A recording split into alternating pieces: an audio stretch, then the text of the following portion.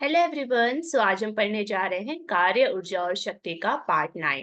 और आज पार्ट 9 में हम देखेंगे उदाहरण 5.8, 5.9 और शक्ति के बारे में, शक्ति यानी कि पावर के बारे में। सबसे पहले देखते हैं उदाहरण 5.8 को। उदाहरण 5.8 में क्या कहा गया है, यहाँ पे एक सिनेरियो लिया गया है। उस सिनेरियो क्या है, कार दुर्घटना को दिखाने के लिए अनुकार मोटर कार निर्माता विभिन्न स्प्रिंग नियतांकों के स्प्रिंगों का फ्रेम चढ़ाकर चलती हुई कारों के संघट का अध्ययन करते हैं। तो यहाँ पे एक स्टडी की जा रही है, और स्टडी क्या है कि हमारे पास मान लेते हैं एक कार है। हमारे पास एक कार को कंसीडर किया गया है, और जो कार होगी उसका संघट कराया जाएगा, जो कि एक स्प्रिंग होगी। जो कि स्प्रिंग क्या है, यहाँ पे एक ऐसे जो है स्थिर रखी गई होगी, वो एक स्प्रिंग होगी। और स्प्रिंग में हम संघट कराएंगे कार का, संघट यानी कि कोलिजन कोलिजन हम यहाँ पे कराएंगे कार और स्प्रिंग का। उसका हम स्टडी करने वाले हैं यहाँ पर। मान लीजिए किसी प्रतीकात्मक अनुरूपण में कोई 1000 किलोग्राम द्रव्यमान की कार एक चिकनी सड़क मतलब होता है कि इस सड़क में फ्रिक्शन नहीं होगा, कोई भी घर्षण बल यहाँ पे नहीं होगा। 18 किलोमीटर प्रति आवर की चाल से चलते हुए 36 फ्रेम पर चढ़ाई गई स्प्रिंग से संघट करती है। स्प्रिंग नियतांक ये हमें दे रखा है, और स्प्रिंग का अधिकतम संपीड़न क्या होगा हमें कैलकुलेट करना है। यानी हमारे पास यहाँ पे क्या क्या गिवन है। हमारे पास इस कार का द्रव्यमान है, उसको हम बोलते हैं एम से। और यहाँ पे जो कार है उसकी जो गति दे रखी है, जो उसका वेग है, वो है 18 किलोमीटर प्रति आवर। जिस वेग से क्या है स्प्रिंग की ओर ये संघट करेगी। हमारे पास स्प्रिंग का नियतांक दे रखा है। स्प्रिंग का नियतांक यानी कि के हमारे पास गिवन है यहाँ पे। और हमसे पूछा गया है कि जो स्प्रिंग होगी उसका अधिकतम संपीड़न क्या होगा। इसका मतलब क्या हुआ, देखो जब ये कार किसी गति से आ रही होगी स्प्रिंग के साइड, जो स्प्रिंग बिल्कुल कांस्टेंट है यहाँ पे लगाया हुआ। जब वो कार आएगी तो जब ये ऐसे इस पे टकराएगी तो जो स्प्रिंग होगी उसमें संपीड़न होगा। यानी स्प्रिंग हम जानते हैं इस तरह से काम करता है, हम पिछले लेक्चर में समझ चुके हैं इसको। तो जो हमें कैलकुलेट करना है कि जो ये स्प्रिंग होगी जिसमें संपीड़न होगा, कितना मैक्सिमम संपीड़न जो है यहाँ पर होगा जब कार उसको संगत करेगी। तो मैक्सिमम संपीड़न जो होगा उसको हम डिनोट करते हैं एक्स एम से। एम मतलब मैक्सिमम डिस्प्लेसमेंट कितना होगा इसमें। देखो पहले मान लेते हैं स्प्रिंग कुछ इस तरह की थी, संपीड़न के बाद जो स्प्रिंग होगी वो कुछ इस तरह की हो जाएगी। ये हमें कैलकुलेट करना है कि कितना यहाँ पे संपीड़न होगा। ठीक है, तो आई होप आपको समझ में आ गया होगा कि हमको एक्चुअली में कैलकुलेट करना है क्या है।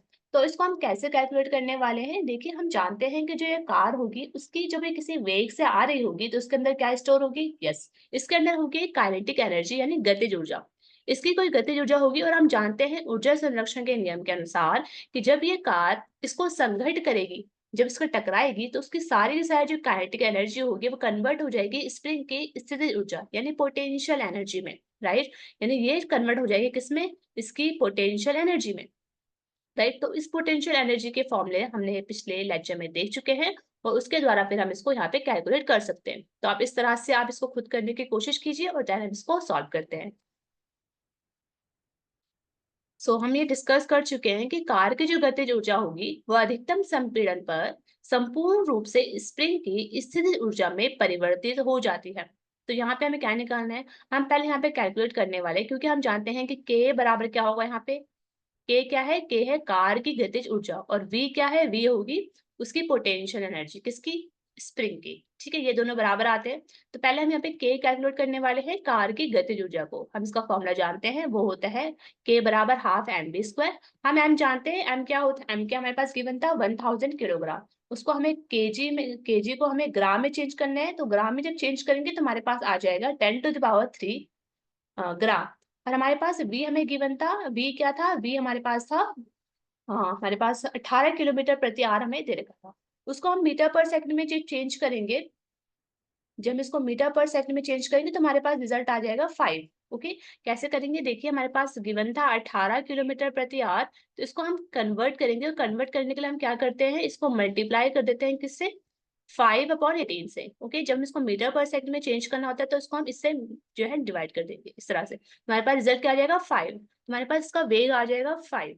इसको आप सॉल्व करेंगे तो आपके पास काइनेटिक एनर्जी निकल कर आ जाएगी। ओके, अब हम जानते हैं कि यांत्रिक ऊर्जा के संरक्षण के नियम के अनुसार अधिकतम संपीड़न एक्स एम पर स्प्रिंग की स्थिति ऊर्जा जो होगी कार की गति ऊर्जा के बराबर हो जाती है। तो यहाँ से हम जानते हैं कि जो स्प्रिंग की स्थिति ऊर्जा होती है वो कितनी होती है, that is equals to half K x m का स्क्वायर।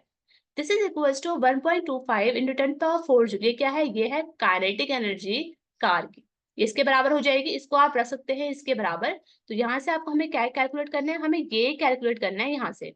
ओके, दिस इज अधिकतम संपीड़न स्प्रिंग का, और हम के जानते हैं। के क्या है यहाँ पे? के है जो स्प्रिंग है उसका स्प्रिंग नियतांक, और स्प्रिंग नियतांक हमें क्वेश्चन में गिवन था। आप इसको यहाँ पे पुटअप करेंगे और आपको यहाँ से जो है एक्सएम की वैल्यू निकल कर आ जाएगी, और वो आएगी 2 मीटर। ओके, तो इस तरह से हमने निकाल दिया है कि जो स्प्रिंग होगी उसमें उसके ऊपर कितना संपीड़न लगेगा, अधिकतम कितना संपीड़न होगा जब कार उसे संघर्ष करेगी।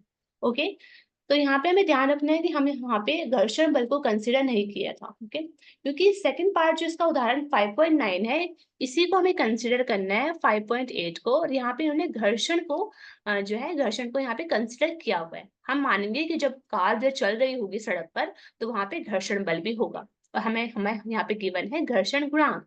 घर्षण गुणांक को हम प्रदर्शित करते हैं म्यू से, दैट इज इक्वल टू 0.5 हमें गिवन है। हमें क्या निकालना है? हमें निकालना है कमानी के अधिकतम संपीड़न का परिकलन कीजिए। यहाँ पे भी हमें अधिकतम संपीड़न ही कैलकुलेट करना है, सेम जैसे हमने पहले किया था अधिकतम संपीड़न, लेकिन यहाँ पे हमारे पास फ्रिक्शन फोर्स लग जाएगा। तो यहाँ पे क्या सिनेरियो थोड़ा चेंज हो जाएगा यहाँ पे। ओके, कैसे चेंज होगा? देखिए, मान लेते हैं यहाँ पे हमारे पास स्प्रिंग है और यहाँ पे जो कार है। ओके, जब कार यहाँ से आ रही होगी इस डायरेक्शन में, जब कार इस डायरेक्शन में चल रही होगी, तो हम आप बता सकते हैं कि फ्रिक्शन कौन से डायरेक्शन में लगेगा। यस, फ्रिक्शन इसके अपोजिट डायरेक्शन में लगता है, यानी कि फ्रिक्शन की जो साइन होगा वो माइनस में हम लेंगे। ओके, तो यहाँ माइनस में मतलब इस साइड हमारा फ्रिक्शन लगेगा। फ्रिक्शन का फॉर्मूला आप जानते होंगे, that is F is equals to क्या हो जाएगा? That is equals to mu m g. This is the formula of friction यानी घर्षण बल का। अब हम कंसिडर करते हैं इसको, ये क्या है? स्प्रिंग। स्प्रिंग पर जो फोर्स हम लगा रहे होंगे वो हम इस तरह से इसका संपीड़न हम लगाएंगे। लेकिन जब हम इस तरह के संपीड़न लगाएंगे तो स्प्रिंग क्या होती है? उसके अपोजिट डायरेक्शन में वो मूवमेंट करती है। मतलब इस पर जो रिस्टोरिंग फोर्स होगा वो इस डायरेक्शन में लग जाएगा, और इसका जो फोर्स होगा कितना आता है स्प्रिंग का, हम जानते हैं दैट इज के एक्स, जो कि नेगेटिव डायरेक्शन में लग रहा होगा, क्योंकि हम इस पर संपीड़न इस डायरेक्शन में लगा रहे थे कार के संघट्ट के द्वारा। लेकिन जो स्प्रिंग का रिस्टोरिंग फोर्स होगा वो बाहर की तरफ लगेगा, दैट इज के एक्स, और यह है घर्षण बल का सूत्र। ठीक है, आगे सॉल्व करते हैं इसको। तो यहाँ पर हमें देखना है कि यहाँ पर हम, क्योंकि यहाँ पे फ्रिक्शन फोर्स जो है यहाँ पे कंसीडर हम कर रहे हैं, तो इसलिए हम यहाँ पे क्या करने वाले हैं, हम यहाँ पे सिर्फ गतिज ऊर्जा नहीं लेंगे, हम यहाँ पे चेंज इन काइनेटिक एनर्जी लेंगे, यानी गतिज ऊर्जा में कितना परिवर्तन हो रहा है वो हम यहाँ पे लेंगे। ओके, यहाँ पे हम इसको सॉल्व करने वाले हैं कार्य ऊर्जा प्रमेय के द्वारा। हम कार्य ऊर्जा प्रमेय को पढ़ चुके हैं। क्या होता है कार्य ऊर्जा प्रमेय? कुल किया गया कार्य, जो कुल किया गया जो कार्य होता है वो बराबर होता है चेंज इन काइनेटिक एनर्जी के। हम ये जानते हैं, तो यहाँ पे हम इसके द्वारा यहाँ पे निकालने वाले हैं अधिकतम संपीड़न। ठीक है, तो हम पहले कैलकुलेट करते हैं अधिकतम। हम कैलकुलेट करने वाले हैं गतिज ऊर्जा में परिवर्तन। तो हम गतिज ऊर्जा में परिवर्तन दैट इज डेल के बराबर होता है के फाइनल माइनस के इनिशियल। हम जानते हैं कि जब ये संघर्ष करेगी स्प्रिंग से, इसकी सारी की सारी गतिज ऊर्जा जो हो जाएगी वो कंप्लीटली क्या हो जाएगी? चेंज हो जाएगी स्थितिज ऊर्जा में। यानी कि इसकी काइनेटिक एनर्जी जो फाइनल वाली होगी उसकी वैल्यू क्या हो जाएगी? 0 हो जाएगी। लेकिन इस पर जो इनिशियल यानी प्रारंभिक गतिज ऊर्जा थी उसकी वैल्यू कितनी है? Half m v square. ठीक है, ये हमें निकाल दे यहाँ पे चेंज इन काइनेटिक एनर्जी। हम ये कैलकुलेट करते हैं कि टोटल कार्य कितना किया जा रहा है, इस पे कुल कार्य कितना किया जा रहा है वो हमें यहाँ पे कैलकुलेट करना है। तो हम देखेंगे कि W बराबर हो जाएगा minus half K x square. ये क्या है? ये है रिस्टोरिंग फोर्स, इसका जो स्प्रिंग बल इस कार पे लगाएगी, ये हो जाएगा इसका रिस्टोरिंग फोर्स। और ये हो जाएगा minus mu m g x m. ये क्या है? ये है इस पर घर्षण बल। दोनों ही हम जानते हैं कि विपरीत दिशा में लगाया जा रहा है कार के ऊपर, तो इसलिए हमने यहाँ पे नेगेटिव साइन लिया है, ऋणात्मक चिन्ह हमने यहाँ पे लिया है। ओके, अब हम क्या करने वाले हैं, दोनों को हम क्या करेंगे? इक्वल करेंगे, यहाँ से वैल्यू निकाल देंगे हम एक्सएन की। तो आप देखिए यहाँ पे हमें रख दिया है half m b square that is kinetic energy बराबर यहाँ पे टोटल वर्क डन हमने यहाँ पे रख दिया है। इसको हम सॉल्व करेंगे और हमारे यहाँ से वैल्यू निकल कर आ जाएगी एक्सएन की। यहाँ पे हम देखेंगे, जहाँ पे आपको दिखाई दे रहा होगा म्यू एम जी। म्यू जो है वो घर्षण गुणांक है, जिसकी वैल्यू हमें जो है क्वेश्चन में गिवन है। ठीक है, एम क्या है? एम हम जानते हैं 10⁻³ है, और जी क्या है? जी की वैल्यू हमें पता है दैट इज 10। हम सारी वैल्यू यहाँ पे रख देंगे, उसके बाद हमारे पास जो आंसर आ जाएगा एक्सएम को सॉल्व करने पर वो आ जाएगा 1.35 मीटर। दिस इज द अधिकतम संपीड़न जब घर्षण बल वहां पे उपस्थित होगा। पहले केस में हमारे पास घर्षण बल उपस्थित नहीं था, तो वहां पर अलग हमारे पास संपीड़न आ रहा था, लेकिन यहाँ पे घर्षण बल उपस्थित है, यहाँ पे अधिकतम संपीड़न बल दूसरा आ गया। ओके, सो आगे बढ़ते हैं। अब हम बात करते हैं शक्ति की। शक्ति यानी कि पावर। शक्ति क्या होती है, हम इसे जनरली भी यूज करते हैं कि शक्ति किसे कहते हैं। शक्ति मतलब होता है कि कोई दो पर्सन है जो कि सेम काम कर रहे हैं, लेकिन हम ये बोलते हैं कि एक पर्सन की शक्ति जो है ज्यादा है और दूसरे की कम है। इसका हमारा तात्पर्य कहने का ये होता है कि एक जो इंसान है जिसकी शक्ति ज्यादा है, वो कम टाइम में वो ज्यादा काम कर ले, वही काम वो कम टाइम में कर रहा है मतलब। लेकिन दूसरा इंसान है जो कि उसी काम को करने में ज्यादा टाइम ले रहा है, तो शक्ति किसकी ज्यादा हुई, पहला यानी इकाई समय में कितना काम वहां पे किया जा रहा है, दैट इज शक्ति होती है। शक्ति को हम उस समय दर से परिभाषित करते हैं जिसमें किया गया कार्य होता है या ऊर्जा स्थानांतरित होती है। ओके, शक्ति मतलब होता है W/T, यानी कि इकाई समय में किया गया कार्य ही शक्ति कहलाती है, इन सिंपल वर्ड। शक्ति को हम कैपिटल P से प्रदर्शित करते हैं। कैपिटल P मतलब पावर। तो पावर समझ में आ गया आपको। पावर क्या होता है कि इकाई समय में हम कितना काम कर पा रहे हैं, उसे हम शक्ति कहते हैं। अगर हम बात करें तात्क्षणिक शक्ति यानी इंस्टेंटेनियस जो पावर होती है, वो होता है P बराबर dW/dt। ओके, एक छोटे से समय में छोटा सा कार्य जो किया गया है, कितना काम किया गया है, उसे हम शक्ति कहते हैं। इसी को जो हमने पहले पिछली बार डिस्कस किया था, इसको हम आगे जब हम सिंप्लीफाई करेंगे तो हमारे पास एक दूसरा फॉर्मूला निकल कर आता है शक्ति का। हम जानते हैं कि W बराबर क्या होता है, कार्य है यहाँ पे। W बराबर क्या होता है, F/R। हम जानते हैं बल गुणा विस्थापन होता है इसका फॉर्मूला। तो इसको हम आगे लिख सकते हैं कि F.dr। dr क्या है, विस्थापन।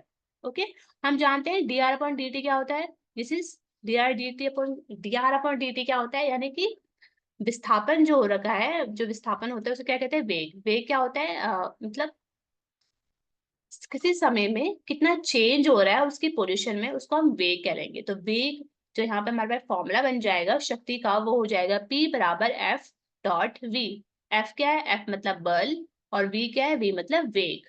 ओके, तो हम ये जानते हैं कि कार्य और ऊर्जा एक अदिश राशि होती है, इसी तरह से शक्ति भी एक अदिश राशि होती है, यानी स्केलर क्वांटिटी होती है। अब शक्ति का मात्रक क्या होता है, शक्ति का मात्रक होता है वॉट, और उसकी विमा क्या होती है, उसकी विमा होती है ml/T-3। ओके,